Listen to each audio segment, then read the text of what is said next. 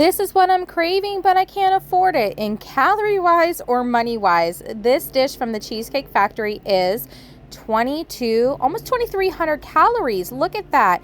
176 grams of carbs, 132 grams of fat. So I'm craving it, so I'm going to make it my way, and this is how it ended up looking. Let me tell you about it. I took a Lean Cuisine meal and microwaved it first for 3 minutes, and then I got some frozen veggies. I can have 1 cup, and I laid it down flat on my pan for my air fryer. And then I got some cottage cheese. I'm adding extra protein into my microwavable meal. That is a 1/4 cup of cottage cheese. You could add a 1/2 cup. I'm adding my seasoning. I'm adding Cajun. And then I'm just mixing it all up inside the Lean Cuisine bowl before I place it on top of my veggies. I have my air fryer prepped at 425. And then I'm going to let it sit after I add a little bit of sprinkled mozzarella Parmesan cheese so the top is crispy. The only thing I didn't have compared to Cheesecake Factory's was I did not have mushrooms to add to my dish.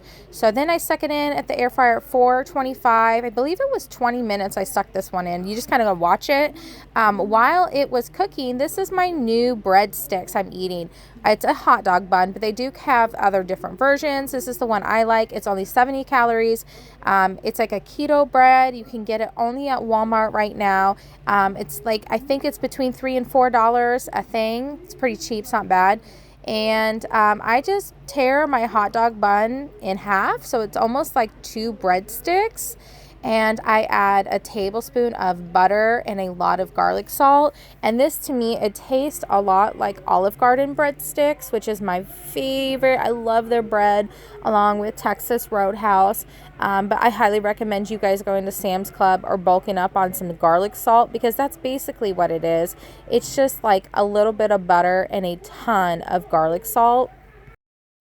And once my pasta is done, I just slide it off the foil. Just to let you know, I put my breadstick in the last 2 minutes in my air fryer to make it nice and crispy.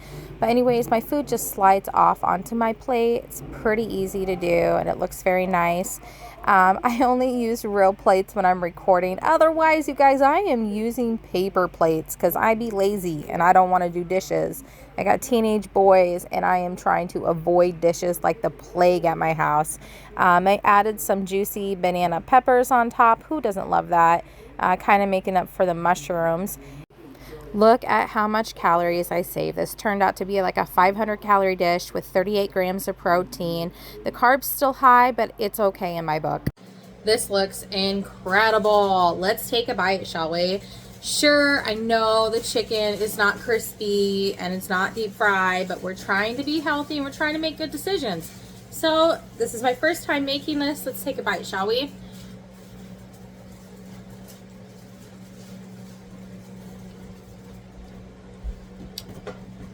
It's got a lot of flavor. And I actually like that I added banana peppers. Oh boy, I got that Cajun. A lot of Cajun. Maybe tone it down a little bit on the Cajun. But I like it. I like that I added the extra protein. It's something so simple that anyone can do with the cottage cheese. It's really cheesy, really creamy. Look at all that cheese. Look at that.